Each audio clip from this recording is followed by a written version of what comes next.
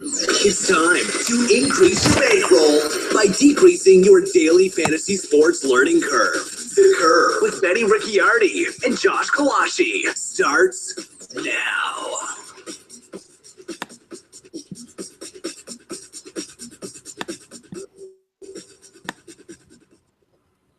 Hey everybody, welcome back to another episode of The Curve here at rotocurve.com, where our mission is to help you accelerate your DFS learning curve and get you over that hump to profitability.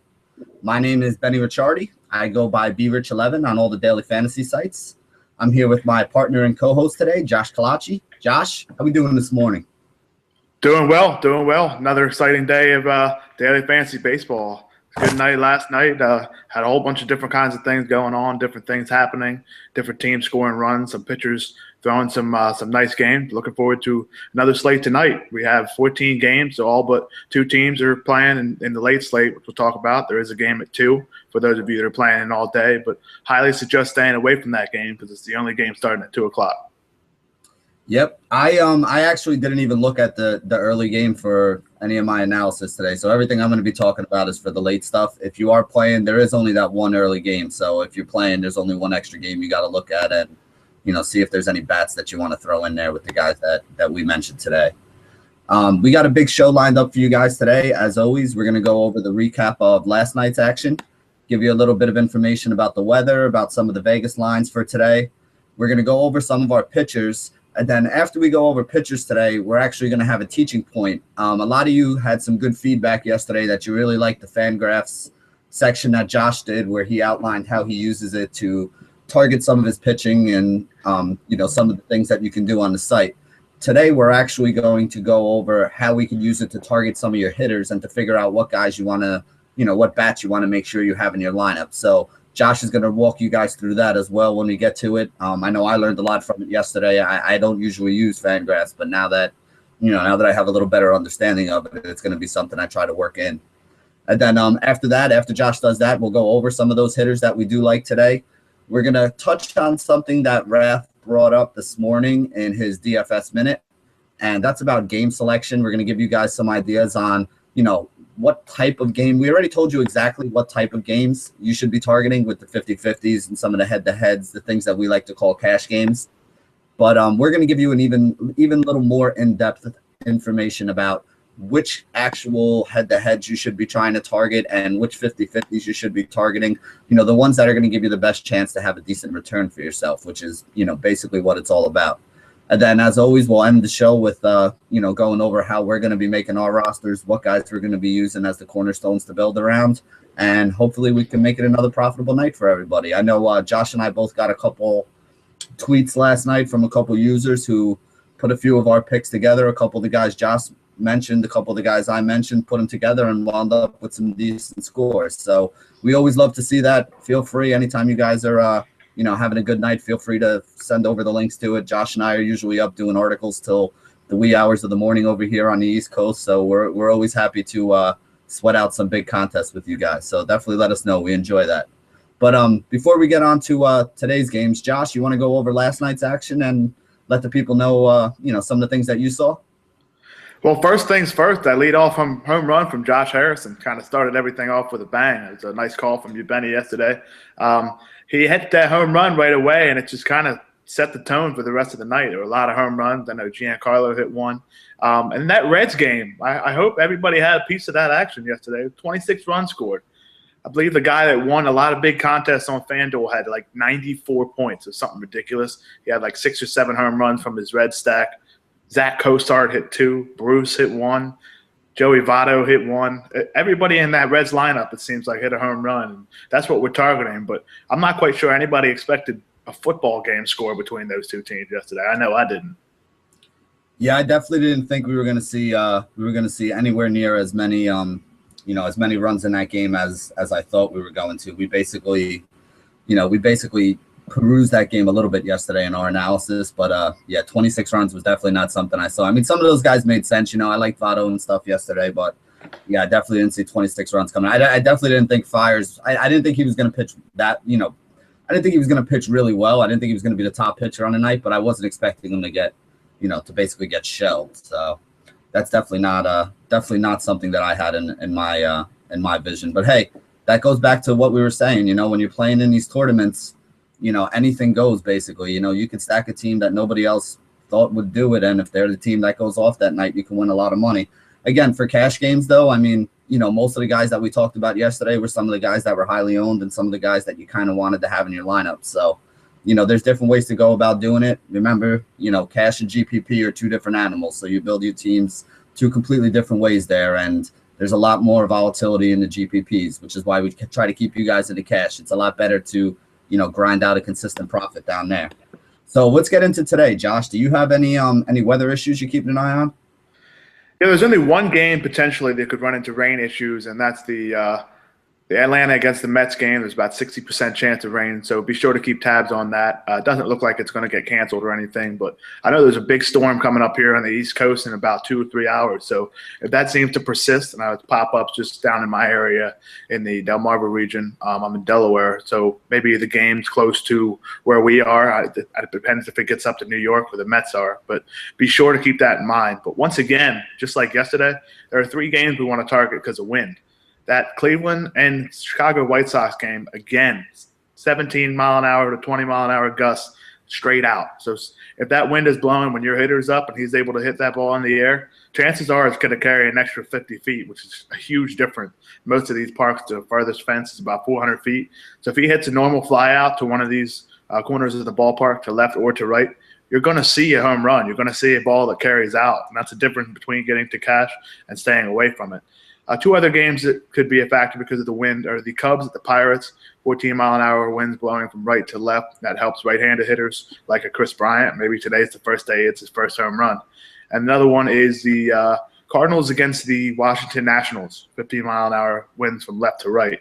This helps lefties, in particular a lefty that might be underpriced. We'll talk about him later, Bryce Harper. There's not much other wind to take a look at. There's a few games with 5-6 mile an hour wind, but nothing that could change the game or change the course of how the day goes in terms of fantasy scoring. What about those Vegas lines? I know it's something that we looked at yesterday, and we will always look at. Is there anything in particular you see today, Benny? Yeah, there's a couple interesting things that we don't always see here today with the Vegas lines, and the first one is in the least runs expected category. The LA Dodgers and San Francisco Giant game has one of the lowest run totals that I have ever seen at 5.5. That's a matchup between Clayton Kershaw and Madison Bumgarner. So you got 2 good pitchers going up on the hill. It's in San Francisco, which is a very good pitcher's park, but 5.5 is one of the lowest run totals, literally that I've ever seen. I don't think I've ever seen one get down to 5 or below that. So this might be the lowest I've ever seen. Normally you get a run total in a game somewhere between 7 and 8.5. That's where more than half the games fall on a daily basis. So 5.5 is extremely low. Basically what Vegas is telling you is they're expecting a pitcher's duel here between Kershaw and Bumgarner, and first team to 3 runs is likely to win this game. So that's definitely one that you want to make sure you keep an eye on. There's probably not too many bats you want to use in that game against those 2 guys. But like I said, both guys, they're expecting to give up somewhere between 2 and 4 runs, so it's not going to be one of those games that turns into a good old-fashioned shootout for you. So just keep that in mind as well. There are 3 other games that are at a 7-run total. That is Miami and Philly, St. Louis and Washington, and Cincinnati and Milwaukee. The Cincinnati and Milwaukee one makes sense because that is Johnny Cueto going up in that one. The St. Louis Washington one is actually another pretty good pitcher's duel. You have John Lackey going for the Cardinals, and Doug Fister is going for Washington. So that should be another low run total game that you might want to be wary of using too many bats from. And then the other one, the last one, is Miami and Philly. That one I think could actually wind up with a few more runs scored. Cole Hamels hasn't really looked right. From what I hear, he doesn't really want to be in Philly. He feels like Philly's kind of in a rebuilding mode, and he doesn't have many years left, so he actually kind of wants to get out of town. He's given up. I think I heard the stat this morning. I was listening to the Fantasy Insider podcast with Dave Laughlin, Laufey D, and I think he said it was 7 home runs in 18 innings so far for Hamels. Does that sound right to you? I know you're a Phillies fan. Yeah, it's right. He's normally given up a lot of home runs with nobody on base throughout his whole career, but this year it's just on another level. 7 home runs in 18 innings is definitely something you want to target. Yeah, I mean, I don't think that's sustainable. I mean, I don't expect him to go out there and pitch 5 innings today and give up 3 more home runs, but just the fact that it is elevated is something that you want to be wary of. So I think that game might be the one of these low total games that I wouldn't mind targeting against. But again, like we said, Vegas, they don't have those big casinos because they're wrong very often. So, you don't want to make it a habit of going against the Vegas lines. They are just a guideline, and it doesn't mean that that's exactly how the game's going to play out. But, more often than not, they are pretty accurate. On the other side, obviously, the most run total game, there is a game in Colorado today, right? As last I checked. So, that game's going to be one of the highest run totals. San Diego, Colorado, they're expecting another 10 runs out of that one today. So, whether you like it or not, like we say, whenever there's a game in Colorado, you always got to take a look at both teams. Those bats are always going to be in play anytime Colorado has a home game. So that's something that you guys want to keep an eye on. Definitely going to be some scores coming out of that game. Baltimore, Toronto again is an 8.5 line. Those games have been producing some runs. It's up in Toronto, the Rogers Center, basically the course field of the American League. So you got to keep an eye on those games as well. There should be a couple runs scored in that one. Kansas City and Minnesota is one that I found kind of interesting. But if you look at the pitching matchup, it makes sense for you. Mike Pelfrey has been getting lit up basically for about the last 2.5 years. He's a guy who they just called up to be the 5th starter when they had an injury. So he goes up against those Kansas City bats today. And on the other side for Kansas City, you have Jeremy Guthrie, who is actually really, really tough on right-handed batters and really, really bad against left-handed batters. So left-handed batters against Guthrie tend to, they hit over 300 over the course of the last 3 years. They tend to hit him around for some power. He gives up a lot of home runs. So I can see why that one would be kind of high. And then the last one is Texas and Arizona. This one doesn't make a ton of sense to me, basically because we got Archie Bradley going again for Arizona. He's been pitching really well. The big problem with Arizona, as we saw again last night, is their bullpen has just been imploding every game. So maybe they figure Bradley will go 6 or 7 and give up 1 or 2 runs, and then the bullpen will come in and give up their usual 3 or 4 runs and, blow another win for them. So that's why they have that one in there. Texas and Arizona, not really a ton of bats I want to target in that game. Not really a ton of bats I want to target on either one of those teams. They're not some of the better hitting teams, although Arizona has been pretty good lately.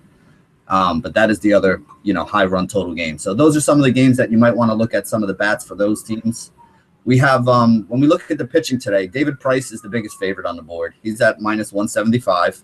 He goes up against Adam Warren of the New York Yankees. And we'll talk about Price in a little bit because he's definitely a pitcher that I'm going to be targeting and be on a little bit today. What really has me a little perplexed is the second biggest favorite today is Jeremy Guthrie. And again, I think this is just a situation where he's the second biggest favorite because they really expect Mike Pelfrey to get lit up on the opposite side of him. As we mentioned, that's a game with a high run total. So even with Guthrie being the second biggest favorite, he's not somebody that I think we should be targeting.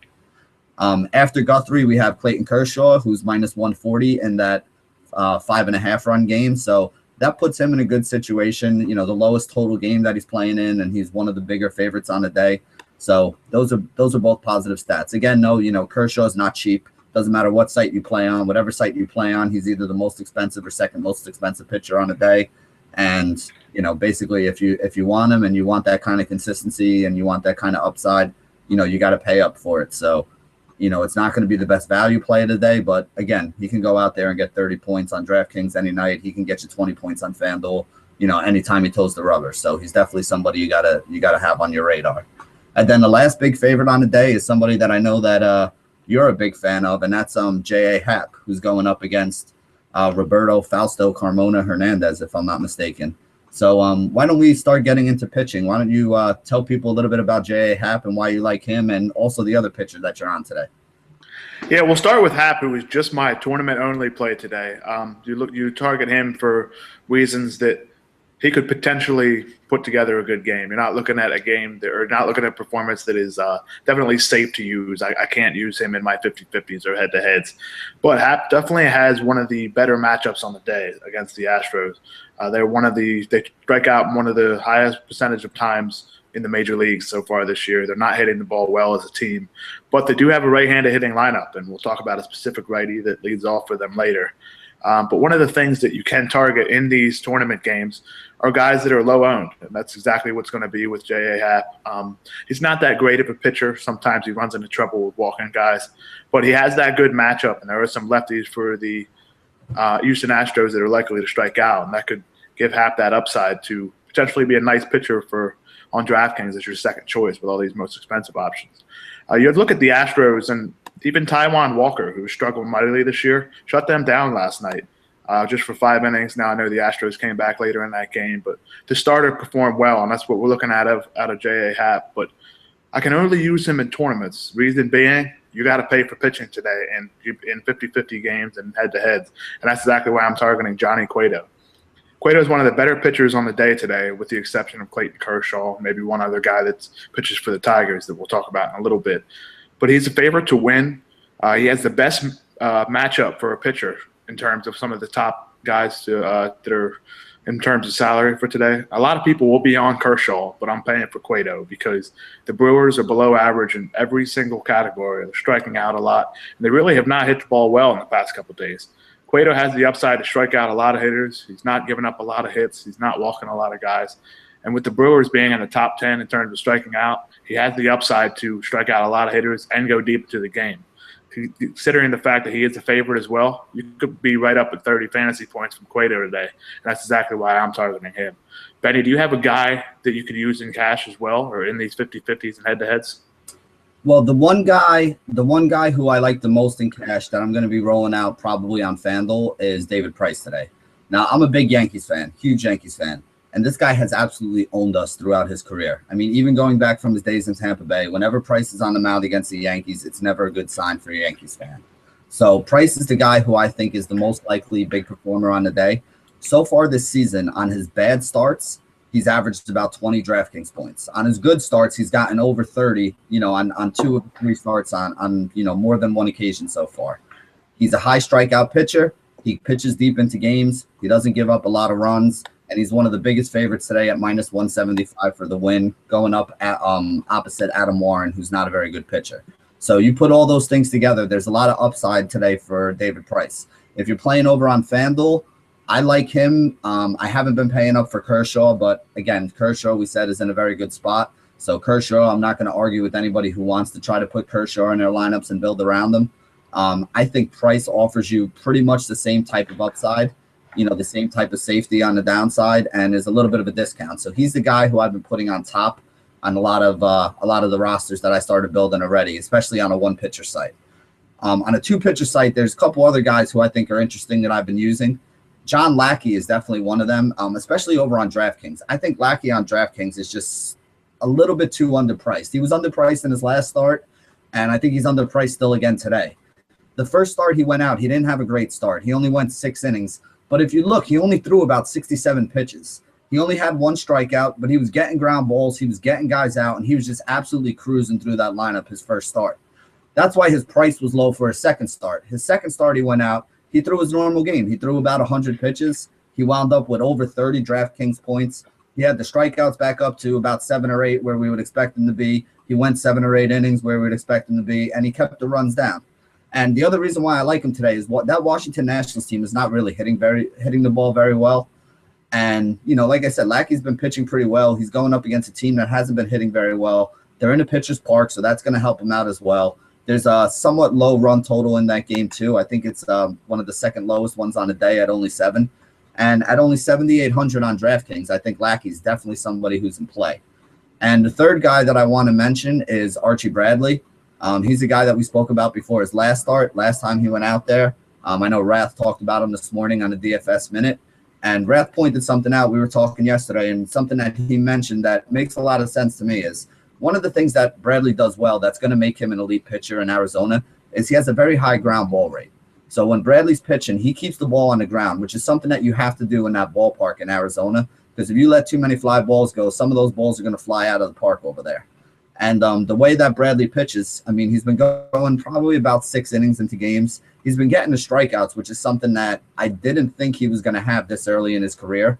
When I heard he was a ground ball pitcher and I saw some of the things that he had done, I figured that he would be able to, pitch to contact a little more. But I didn't think that he would have as many swings and misses as he does this early in the season. So that's a good sign for Bradley as well. So where he's still cheap, his price has come up all over the place. Where it hasn't come up that much, I think he's still in play and he's somebody who you could use. But where it has come up, I think that you might have to shy away from him. But again, I mean, I agree with what Josh said. Today's the day you want to pay up for pitching. You know, if you have guys like Price and Kershaw and Lackey, and they're going out and they're getting 20, 25 DraftKings points, they're getting 16 to 20 points on FanDuel, and you have a guy that only gets you about 10 or so, it's not going to work out for you in the long run. So today's the day to pay up for pitching, especially in your cash games, in your GPPs, if you want to get cute and include some of the, some of the cheaper options that we mentioned here, a guy like a Happ, a guy like a Bradley, that's definitely something in play. Pair them with whatever stud you like the most.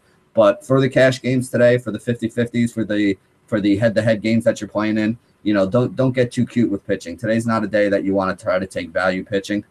There are some studs, some aces on the mound, and you want to make sure you have those aces in your hand when when you're going to battle with your lineups. So that basically wraps up what we're looking at for pitching today. We're going to go over some of our hitters now, and then we're going to get into a little bit of game selection and go on and give you our thoughts on the day. But before we go into hitters, I wanted to kick it over to Josh.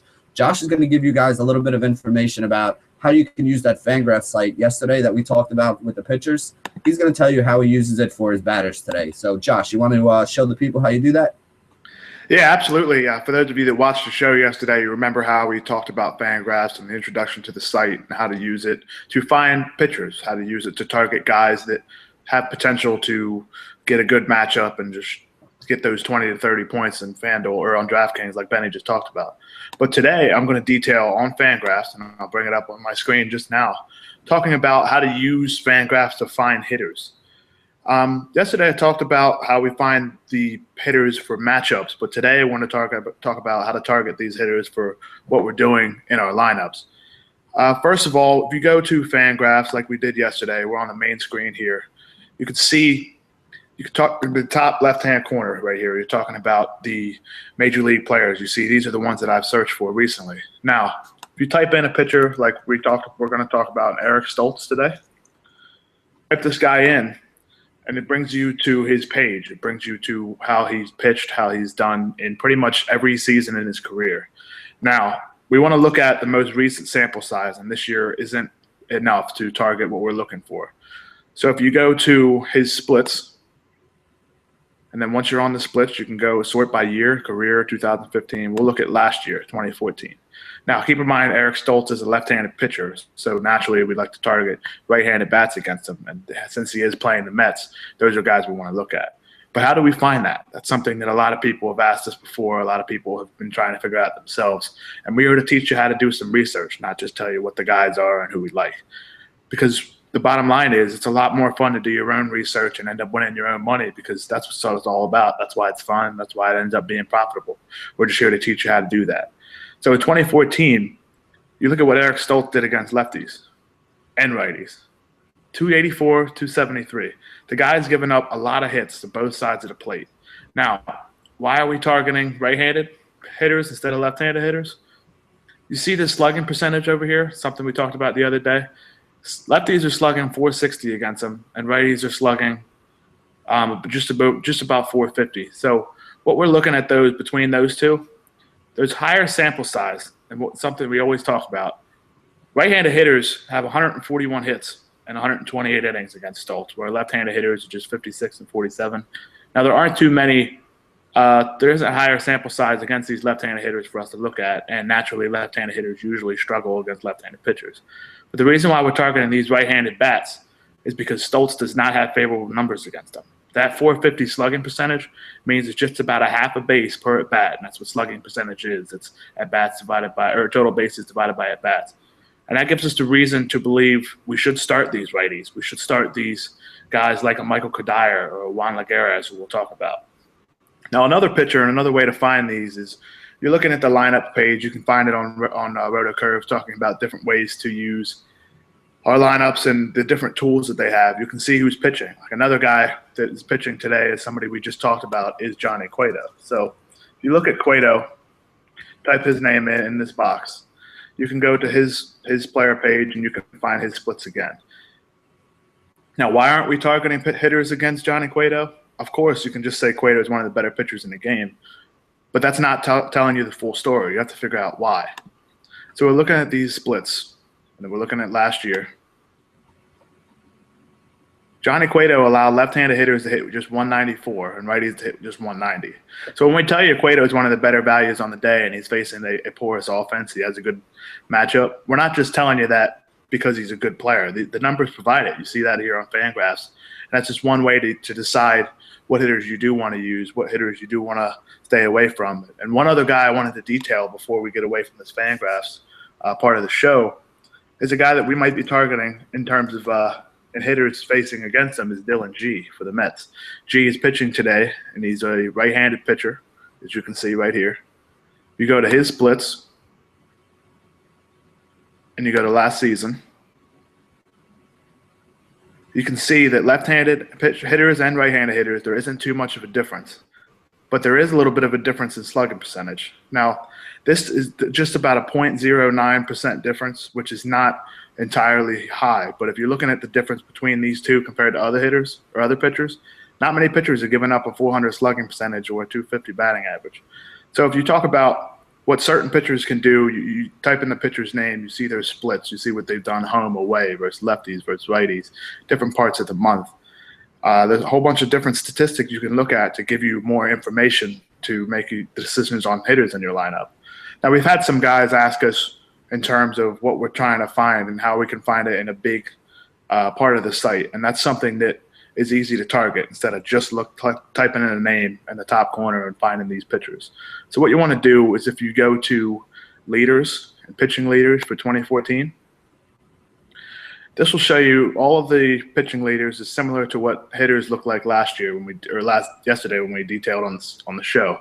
So when you go here, you can find all kinds of different things for all the different kinds of pitchers. So if you see a guy on here that you notice, like today's Kershaw, you see Cueto, all these guys pitched today.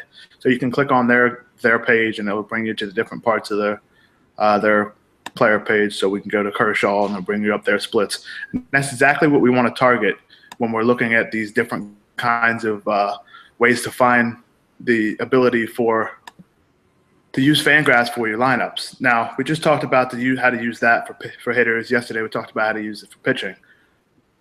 You can use that in addition with all these other different ways to find these hitters, and that's exactly how we're targeting these guys. That's exactly how we're finding Michael Kadire and Juan Lagares.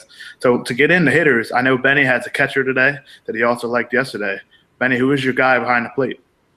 Yeah, well, basically, this is exactly how I do my research. What Josh just went over right now is you find pitchers and you look at the pitchers and you see where their splits are bad, and then you look at the batters that are going against them and you see who has the kind of profile or who profiles as a guy that makes sense to use against that pitcher. So one of the guys who I was looking at last night is Jeremy Guthrie from Kansas City. Guthrie is actually really tough on right-handed batters. He always has been for his career. What he's been really bad at is pitching against left-handed batters. Left-handed batters in the last 3 years, this year they're over 300, but it's a small sample size, so you don't want to put too much into it. You go back and look last year where the sample size was bigger, left-handed batters hit 297 batting average against them with a very high slugging percentage, it's a stat that's called WOBA. It means weighted on base average. And basically what it says, it kind of wants to quantify how many bases per at bat that a pitcher gives up. It's a little bit of an advanced metric. It's something that I don't expect everybody to understand or use. But basically, the higher the WOBA is, the better it is for the hitters that are going up against them. Guthrie against left-handed batters has one of the highest WOBAs in the league basically last year. So one of the guys that I really like and that I'm going to be targeting where he's eligible as a catcher still is Joe Mauer. Joe Mauer is a left-handed bat. He hits third in that Twins order, and he's somebody who rakes off of right-handed pitching. And like I said, Guthrie struggles with those left-handed batters. So Mauer's a guy that I definitely think you can put into your lineups today. I didn't really love the catching position today. There's only really two guys who were even really on my radar. Mauer is one of them. He's the guy who I always like. He's just a very consistent hitter, has a good lineup placement, has a great matchup today. So he's somebody that I'm going to be looking at. And again, that game isn't expected to have a ton of runs, so it's not one of those games that you want to target, heavily. Guthrie is a big favorite, but like I said, the thing he does struggle with is left-handed bats. So I think Joe Mauer is one of those guys in play. But the guy that I really like is the guy that I know my partner Josh is on. So, Josh, you want to let people know why we're down with Stephen Vogt today? I love Vogt today for many different reasons. Of course, the A's have one of the better hitting lineups every year. It seems like it's Billy Beane's finding guys off the streets. He's getting guys that other teams don't like. But Vogt is one of those dudes that has just been able to hit the ball hard. He hit third in that order the other day, and if he's able to do the same today, it makes his value even higher. Today he faces Jared Weaver, who used to be one of the better pitchers in baseball, but that's not the case anymore. I just talked about Fangraphs and all the different ways you can use that to find different statistics on pitchers to pick hitters against those guys. And one thing I looked at is Stephen Vogt is successful against changeups so far this season.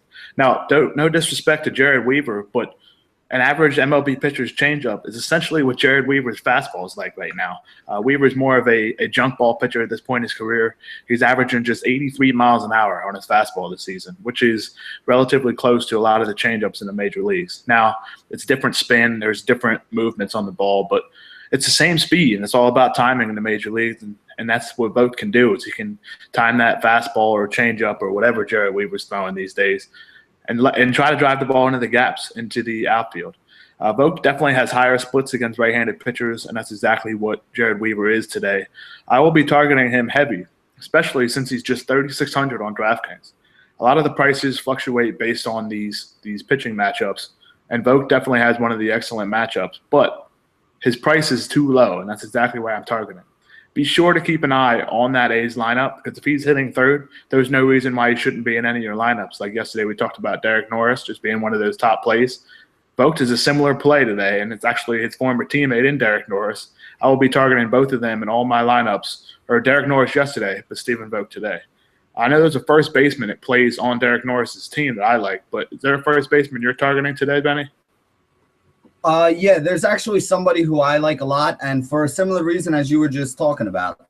Today is one of those days where we're going to be paying up for pitching. Whether you only pay up for one pitcher or you pay up for two guys to try to get two of the studs in there, you're not going to have a whole bunch of bats in your lineup today that cost anywhere near $5,000 on $1,000 on FanDuel, or some of these guys that are closer to 55 or 6,000 on Fantasy Aces. Today's not one of those days where you can fit those guys in, because if you're punting pitching, meaning if you're taking two of the lower price, lower cost pitchers today, you're probably not going to have enough points to win because some of these studs are going to be putting up points. So I agree with Josh with the Stephen Vogt thing. 3,600 is way too cheap. The first baseman I like today is Freddie Freeman. And for a similar reason, he's just way too cheap for the upside that he could produce. Freeman is a left-handed batter, goes up against Dylan G, who's the guy that we spoke about a little earlier today. Now, G doesn't really have extreme splits one way or another. I mean, he basically gives up the same batting average to right-handed and left-handed batters. It's not extremely high overall if you look at him last year, but it's a little bit above what the league average would be. So he's not a plus pitcher or an elite pitcher that you want to, avoid at all. He's definitely someone you can target against. Left-handers have done a little bit better than of his career so far, but the one thing that he does do is he gives up a lot of long balls. He does let a lot of batters go deep on him. He gives up a lot of doubles, a lot of extra base hits. Now, Freeman in 4 of his last 6 games has at least 14 DraftKings points or more. Now, think about that for a minute. If you're getting a guy who today is right around $4,000 and he's going to get you 14 to 20-something points in 4 of his last 6 games, that means that he's returning more than 3 points per dollar of value on DraftKings for every dollar that it costs you to spend on him. Now, you get $50,000 at DraftKings. If you get 3 points for every 1,000 that you spend, you wind up with a score of 150. 150 cashes every day in 50-50s. It's going to win you 95% of your head-to-head matchups, and it's probably going to put you in the money in just about any GPP that you play. So if you can get into a tournament, or if you can get a guy who can get you three points or more per 1,000, he's a tournament play. He's a play in 50-50s. He's a play in head-to-heads. He's going to be a play all over today. And Freeman is one of those guys to me. He has the right splits matchup today. He's a left-hander going up against right-handed pitching. The ballpark's not great, so that's one of the boxes that he doesn't check off. But he does bat third in that order, so he's going to be in a spot where he can drive in some runs. He's also going to be in a spot where he can get driven in by some of the guys behind him. So I definitely think that Freddie Freeman is one of those guys that you want to include today to help you save a little bit of salary and also to give you the kind of upside that you want to win. But I actually don't hate your choice at first base either. You want to tell people a little bit about why you like Yonder Alonso? I like Yonder Alonso a lot because he's facing Kyle Kendrick, which is somebody we've detailed on the show 3 times now. He's one of the worst pitchers in baseball in terms of allowing runs and base hits and fantasy points, which is something that we're looking at. And he pitches in Coors Field, which is, of course, if you haven't figured that out by now from what all of us have been targeting, it's one of the top park to target. I mean, there's more runs scored there. There's more home runs hit there. It's one of these things called Park Factor, which we'll detail next week. It's one of the better fields to target if you want to find fantasy points. And considering that Kyle Kendrick is pitching in that park, that's something that we want to target against, especially lefties who hit Kyle Kendrick hard. That's what Yonder Alonso is. He's a left-handed hitter. He can hit the ball out of the ballpark.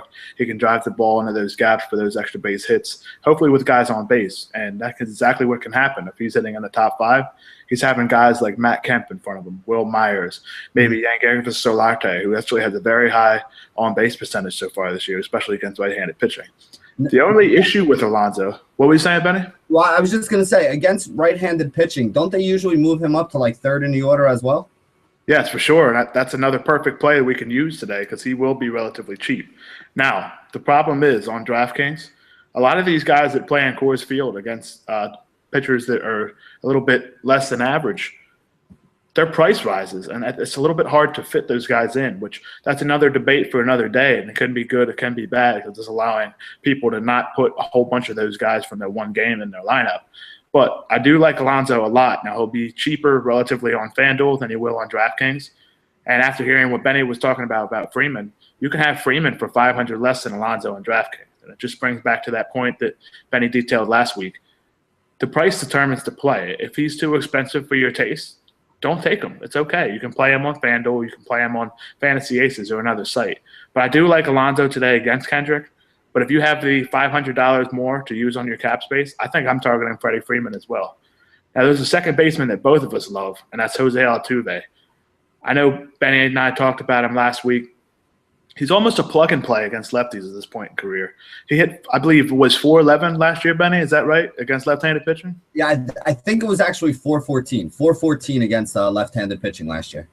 Yeah, that's right, because it just triggers in my mind something that you said last week. With if he faced only left-handers, he would win the batting title, probably of all time. I think the highest batting average we've seen was Ty Cobb, just over 400, and Teddy Williams. So think about those two names we just mentioned, Ty Cobb, Ted Williams. That's what Jose Altuve is doing in terms of numbers against lefties. And hitting first in that order, he's going to get 4, probably 5 at-bats. 400 batting average against lefties is 2 hits, which brings you to 6 fantasy points on DraftKings and just about 2 to 3 fantasy points on FanDuel, depending on the hit that he can get. But that's just half of it. He can score runs. He can steal bases, although happens at lefty, and he can control the running game well. If he gets to second base, it's easier to steal third base off a lefty than it is for a righty. It's something we will detail again, and I would love to get into, but it's another teaching point for another day. You're not relying on a guy to steal third a lot, but it's just another thing that he can use for his upside. So Altuve getting 2 or 3 hits, potentially getting a walk, hitting a double and scoring a run, he's going to be well over those 10 to 12 fantasy points you need on DraftKings, especially in your 50-50 games, and he has that upside too. So he's probably my top play on the day. He will be expensive, though, and since we are paying up on pitching, you may have to use some cheaper second basemen. I know Benny has another guy that plays second base. It's a little bit higher price. Are you targeting him? Yeah, basically in that same game, I think both second basemen in that game are usable. But the guy who I'm looking at is Robinson Cano. Cano basically feasts off of soft-tossing right-handed pitching. And Roberto Hernandez, Fausto Carmona, whatever name he's going by these days, at this point in his career is basically a soft-tossing right-handed pitcher. Cano hits in the middle of that order.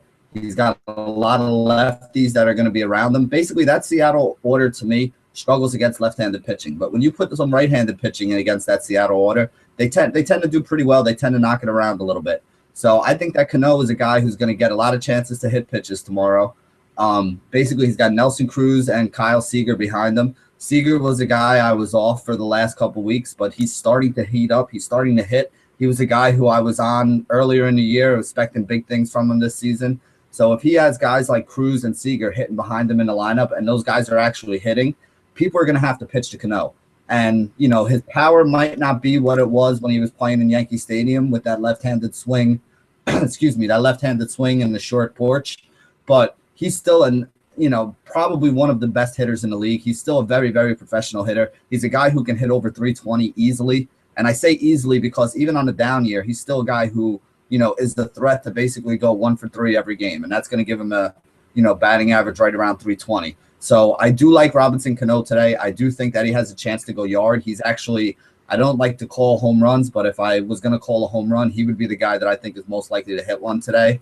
I also think he's going to get multiple hits. I think he's going to have guys in front and behind them that he can drive in, guys that can drive him in. He's definitely somebody that I'm looking at today. That that whole Seattle lineup, to be perfectly honest with you, I think would be, a sneaky place to look for some targets today. I think they're going to have a couple runs that they're able to put up on the board against Carmona or Hernandez, whatever he goes by these days.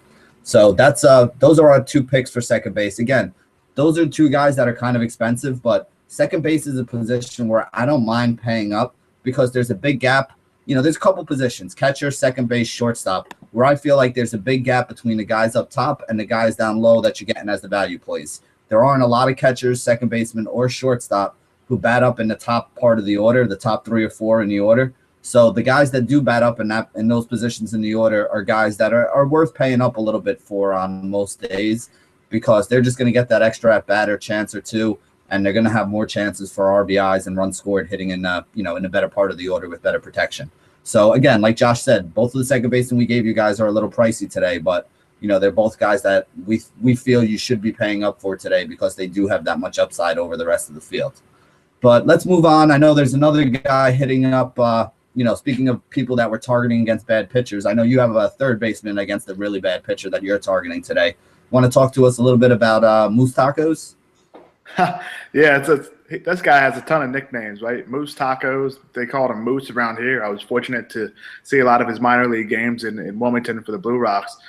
I like Mike Moustakas today against Pelfrey, who's Benny said he's been a guy that we've been targeting for the last about 55 years in daily fantasy baseball, it seems like. Pelfrey gives up a ton of hits to lefties and give up the long ball. He gives up doubles. He gives up triples. Any kind of hit somebody can give up, Mike Pelfrey gives it up. Mike Moustakas hits second in that Royals lineup. He has the guys in front of him. He has guys behind him to drive him in and allow him to drive some of the guys in that are hitting in front of him, like guys towards the bottom of that order. Paulo Orlando is beginning on base. Guys are hitting in front of him. Alcides Escobar when he's at the top of the lineup. Moustakas has a chance to drive in runs, and then the guys behind him, like a guy we loved a lot yesterday that unfortunately didn't do too well, is Lorenzo Cain. He can drive guys in. Alex Gordon can drive guys in. So Moustakas can score in a ton of ways. And that's exactly why we're targeting. Now, we'll talk about targeting Mike Pelfrey. He gives up hits to righties and lefties. But Moustakas is a lefty, so he's not going to have a disadvantage against breaking balls, which Pelfrey likes to go to if he gets ahead in the count. The fact that Moustakas is hitting second also gives him protection, which is a big thing in finding guys in a lineup, especially in daily fantasy baseball, because what protection can do is it can give guys good pitches to see, and that's exactly how you turn those pitches into fantasy points, into hits, into home runs. That's why I like Moustakas. Now, another guy that has some protection in that lineup is Kyle Seager, and that's exactly who Benny likes. Can you tell everybody about Seager today? Yeah, again, to go back to what we originally said, I like to find pitchers who I think you can target against, and Roberto Hernandez is one of those guys who I'm going to be targeting against today. It's 5th in that Seattle order. So he has guys like Cano and Nelson Cruz that are hitting in front of him, which basically means if you're going to try to pitch around somebody, those are the guys you're going to pitch around, and then that means that you're going to get Seager up with people on base. And it happens a lot. If you look early in the year, one of the reasons why I was getting a little disappointed with him is I was using him a bunch. He's one of those guys that I really like. I really saw him come on last year and thought he was going to have a really big season. And he came out of the gates a little bit slow. But lately, he's finally starting to hit again. And like I said, he gets up all the time with men on because people are very cautious with guys like Cano and guys like Nelson Cruz. And a lot of times, either one or sometimes even both of those guys will walk or get a hit or get on base. So Seager's been getting up with guys in scoring position all the time. That's actually one of the reasons why I was big on him this year. I figured he was a good guy to target in season long because he's probably going to wind up with a ton of RBIs this year with those 2 guys hitting in front of him. So again, he's a left-handed batter. He gets a weak right-hander in Roberto Hernandez. That game's in Seattle, so it's not the greatest ballpark overall, but I just expect Seattle to really put some runs up on the board today. And, like I said, I'm targeting Cano and I'm targeting Seager for the same reason. They're left-handed bats going against Roberto Hernandez, a soft toss and righty who struggles a little bit with left-handed bats. So between those two guys, I think they're going to be able to do some damage today. And, you know, again, we said before, you can put more than one guy on your cash game lineup on a certain team, especially if you're expecting them to do well. So the two guys on the Seattle Mariners that I'm going to be using today are Cano and Seager, expecting them to have some big games. But one of the toughest positions for us to fill today is actually shortstop. Is there anybody at shortstop that you're on, Josh, that you want to let the people know about? There's just one guy that strictly plays shortstop, and it's something we talked about yesterday with the multi-position eligibility, which may save us from this position on DraftKings. You can use guys like D. Gordon, Hanley Ramirez, Billy Hamilton. Those guys are available to play shortstop on DraftKings. But a guy that's just available shortstop on FanDuel, and you can use him on DraftKings as well with a cheap price, is a guy I like, Jimmy Rollins. Rollins is a switch hitter, and he's cheap because he's facing Bumgarner. We talked about how DraftKings adjust their prices based on the matchups. It seems troubling to start a hitter against Madison Bumgarner, but Jimmy Rollins is a much better hitter against lefties. His natural swing from the right side, he has more power from the right side. He won't have the upside of stolen bases as Bumgarner is a left-handed pitcher who can control the running game. But in a thin position today, you're not going to get a guy that hits leadoff at a much cheaper price on DraftKings or FanDuel, and that's one reason why I'm targeting Rollins. Is there any other shortstops today that are worth finding? I know there's not many cheap options. Again, I'm going to go back to something that we discussed yesterday with guys with multi-position eligibility. If you're playing on a site like DraftKings, or if you're playing on a site like Aces where you can pick two middle infielders, shortstop isn't really a position today where a lot of people are jumping off the page to me. If you're playing on DraftKings, you know, you can slot in a guy like a D. Gordon or a Hanley Ramirez or a Billy Hamilton into that shortstop spot and move on from there, which I think is going to give you more upside than the options that you have. If I had to choose somebody, like if I was playing over on FanDuel and none of those guys were available to me, the two guys who I like are Rollins, who you mentioned, and Jose Reyes is actually back in that lineup for Toronto. So he's a guy who I think is worth a look. Ubaldo Jimenez had a good start, and he was a good pitcher a couple years ago, but I don't think that he's somebody that I'm really afraid of. So I wouldn't mind rolling out Jose Reyes in that situation. I think batting lefty, he actually is, you know, one of the better bats that they have from the left side up there in Toronto. It's a very right-handed dominant lineup, but he's one of the guys against righties who usually does pretty well. So he should be able to get on base once or twice today. Caleb Joseph's not a great catcher, so Jose Reyes has a chance to steal. You know, I'm a little nervous about it with him being hurt and coming back from the injury because I don't know how aggressive he's going to be on the base pads. Otherwise, I would think that he's, you know, he would be my call today for the guy who gets that stolen base. But I'm not sure if he's going to be running. But I do think that he'll have a couple opportunities to get on base. And the more opportunities the guy has to get on base, the more opportunities he's going to have to run. It just stands to reason. So with a guy like Reyes, I think that, you know, he could be a guy that's worth the upside today. But again, I mean, shortstop is not a great position. If you were going to punt it today and take like one of those cheap value guys, find somebody who, you know, might be batting in the top, you know, 2 or 3 in the order, has a pretty decent matchup, I wouldn't fault anybody for that. There are positions that I'd much rather pay up at today than at shortstop, unless I was playing on DraftKings and I could fit in like, you know, like a Hanley Ramirez or something like that. I don't like D. Gordon as much today. I know I talk about him all the time on DraftKings. He's one of my favorite plays over there, but he's got a lefty-lefty matchup today, so it's not something where I think he's going to be on base a few times. If I thought he was going to get on base a few times, I'd say yeah, because he's still, if Carlos Ruiz is catching, he still has a good stolen base matchup if he gets on. But against Hamels, I don't expect him to be on base, you know, more than half of his at-bats if he even gets on base that many times.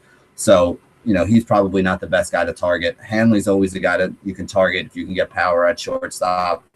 You know, I'm never going to argue with paying up for Tulo if you can afford it, but he's very so shortstop's going to be a tough position today. You know, if it's one of those positions you guys decide to go with value, you get no complaints from me. I think that's something that makes a lot of sense for people to do today over there. But going back to bad pitchers that we're targeting, we talked about Eric Stoltz earlier today when we were doing the Fangraphs thing, when Josh was nice enough to go over that with you guys. So I know there was a guy that popped up when you were looking at Stoltz, and I'm kind of on him too. So why don't you tell the people what you saw and why you like him? Real quick, I'm just going to target actually two outfielders against Stoltz. I do like Michael Kadire a lot. It's the guy that Benny's alluding to. Is he crushes left-handed pitching, and Stoltz is a less than average left-handed pitcher. He struggles to get righties out and lefties for that matter, as we detailed on Fangraphs earlier.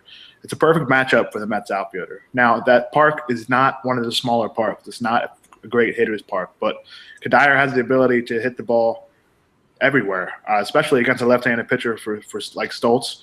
Kadire has the opportunity to get 2 or 3 hits, and you won't need a home run to reach value, which we talk about. Benny was saying 3 times the salary on DraftKings and just about 1 time, I believe it is, on FanDuel. What Kadire can do for you is have multiple hits, have multiple runs scored, and RBI. You won't need a home run from a guy like that if you on DraftKings or on FanDuel, because he's going to get those points in other ways. And that's something that we like to target when a guy's not in a great park, because you don't have to worry about that. One other guy is Juan Lagares against Stoltz, who I believe is hitting second now for the Mets in that order with the injury to David Wright. If Lagares isn't in the top 5 of that order, I wouldn't recommend playing him because it's 1 less at bat, and there isn't much depth in that Mets lineup towards the bottom of the order. But if he's in the top 2 and he has been hitting second, it's a great spot for him to hit ahead of Kadire, of Lucas Duda, and of Daniel Murphy. This gives him a chance to score a run or maybe 2 runs if he can get on base as well. So the 2 outfielders are both right-handed hitters for the Mets. I like Michael Kadire, and I do like Juan Lagares as well. Do you have any other cheap outfielders? I know there's a guy we talked about before the show you might like to detail. Yeah, again, today's a day that we're paying up for pitching, so we need to find some cheap bats to put in our lineup. And there's a guy that's playing for Josh's favorite team, the Philadelphia Phillies, who I think everybody should have an eye on today. And his name is Odubel Herrera. And basically, Josh was mentioning, if you watch this guy, if you YouTube his videos today, he has a beer league softball swing. He has this big, long swinging stride where the bat's moving like crazy, almost like a Julio Franco back in the day.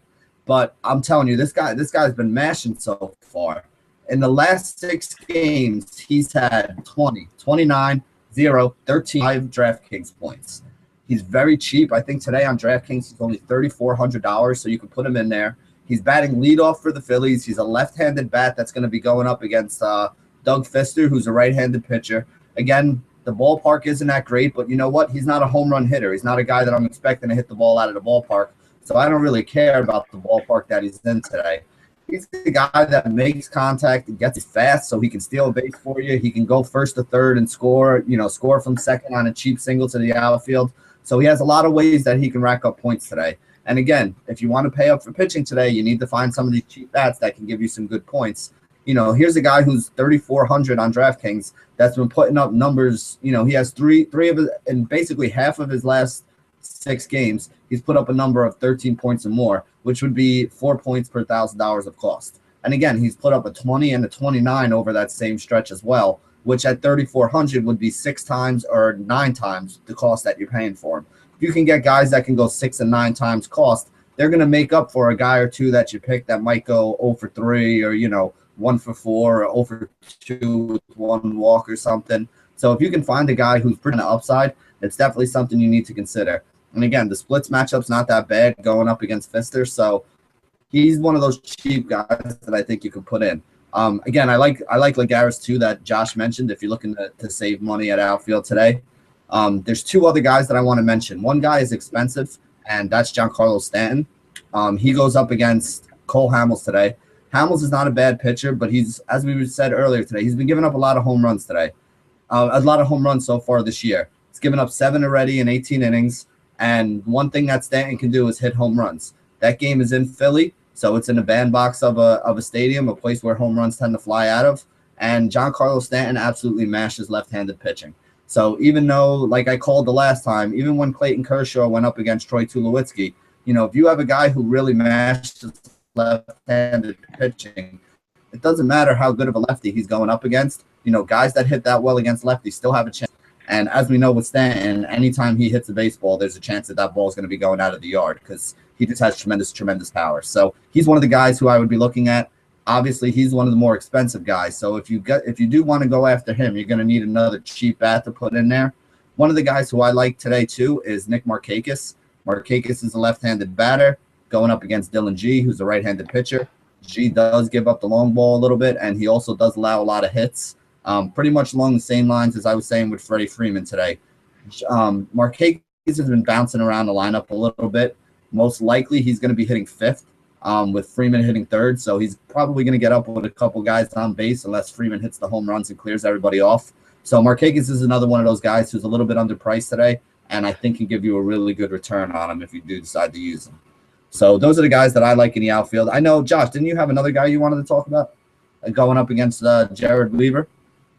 Yeah, just details another guy, left-handed bat against Weaver, as we talked about earlier with Vogt, is Josh Reddick. The only problem is he sometimes bounces around that order, as Benny just alluded to with Marquez. Now, the problem is if Reddick does not hit in that top five, I'm not using him. I'm just going to stay away from that potential one less at bat. But if he is hitting in that top five, he's a nice target. He's a little bit cheaper than some other outfielders on DraftKings and FanDuel. And he goes against a pitcher, like Benny just said, in Jared Weaver, who has not touched 90 miles an hour on a fastball in a long time. That's sometimes the only thing that Reddick struggles with is when guys go up the ladder on him and he's not able to catch up. He'll be able to catch up on Jared Weaver, and he's a great candidate for a home run today. But be sure only to use him in your 50-50s and head-to-heads if he's in the top five of that lineup. We can't stress that enough. Yep. And just real quickly today, I wanted to touch on something that before we end up the show and give you guys our thoughts, I wanted to touch on something that Michael Rathburn brought up in the DFS Minute this morning, and that's about your game selection. We have already gone over the 50-50s with you guys, and if you want to read it, there's a post that I put up in the RotoCurve forum where we basically talk about single entry 50s and why those are ratings. So I haven't had a chance to check it out after the show, and you guys can look at that. But what Rath was really talking about this morning as well is the other kind of cash game when we mentioned cash games, and that's head-to-head matchups. Head-to-head matchups are a good way to smooth out some of the variance, because if you're playing in 50-50s, when you have a good day, you tend to win most, if not all, of your 50-50s. And when you have a bad day, you tend to lose most, if not all, your 50-50s. It's very rare where your score is going to be right there in that middle percentage where a couple of them cash and a couple of them don't.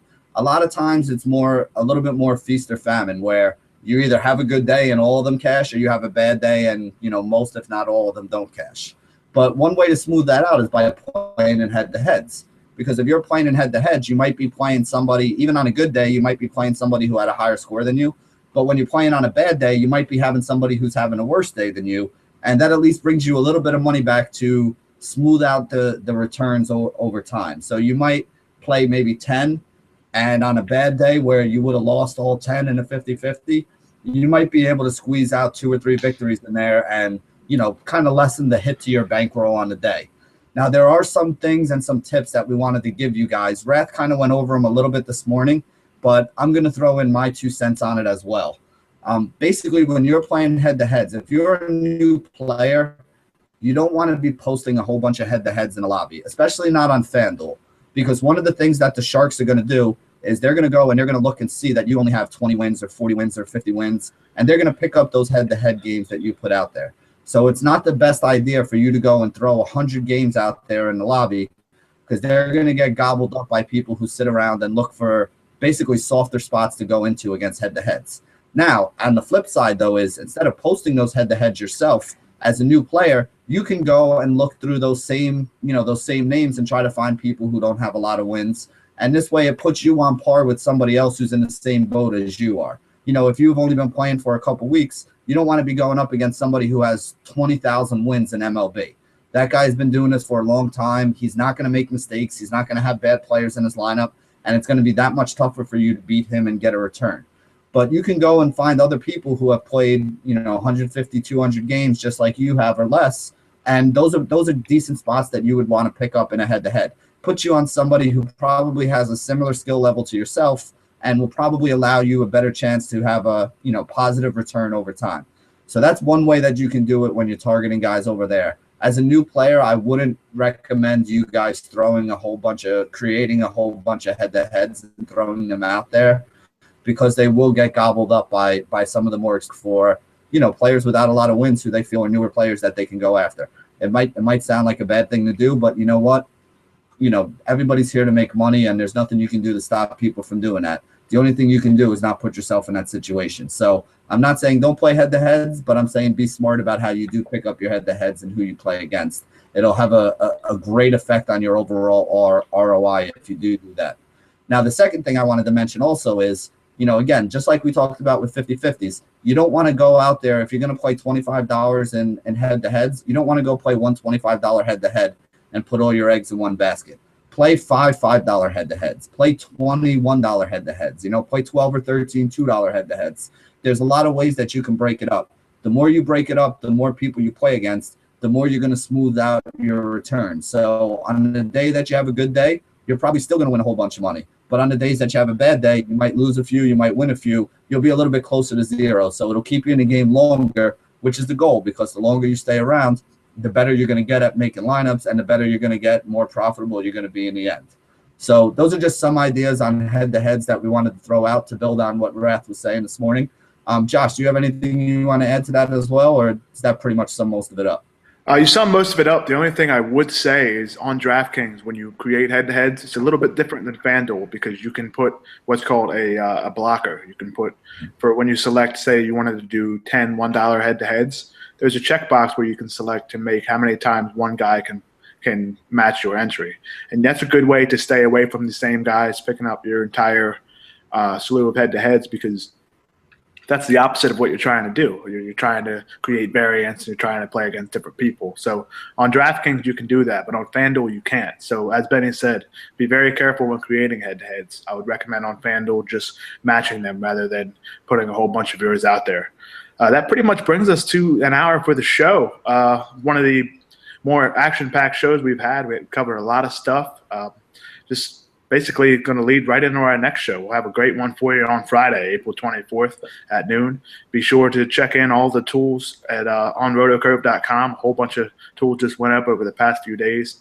There's also a new we just soft launched a point system where you can find the leaders on the right-hand side of your screen when you're on rotocurve.com. These points will be able to be just traded in with different things in the future, like RotoCurve gear and potentially money to play on different sites. So be sure to sign up and be sure to take advantage of that system. It's free. Anytime it's free, and you're getting something in return, so be sure to do that. For Benny Ricciardi, I am Josh Kalachi, and as always, Benny has something else to say.